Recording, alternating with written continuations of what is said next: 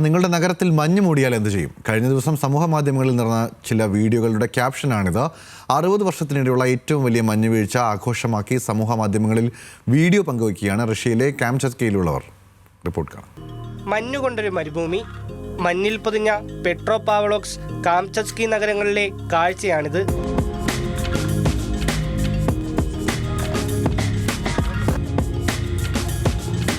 കനത്ത മഞ്ഞുവീഴ്ചയ്ക്ക് ശേഷമുള്ള ജീവിതമാണ് വ്ളോഗർമാരുടെ വിശേഷം. ഒരാൾ തൻ്റെ കഫേ എവിടെന്ന് തപ്പി നടക്കുകയാണ്.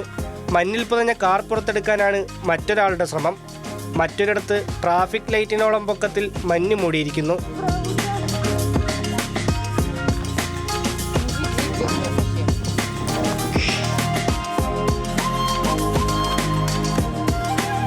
റഷ്യയിലെ കാംചത്കയിൽ 60 വർഷത്തിനിടയിലെ ഏറ്റവും വലിയ മഞ്ഞുവീഴ്ചയാണിത്.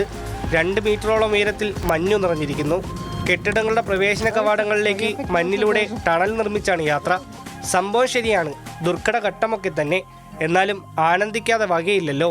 പക്ഷേ അത്യാവശ്യ ഘട്ടം വന്നാൽ മഞ്ഞിൽ പുതഞ്ഞ വാഹനങ്ങൾ പുറത്തെത്തിക്കാനും സഹായിക്കാനുമൊക്കെയായി ആളുകളും റെഡിയാണ്. International desk, news Malayalam.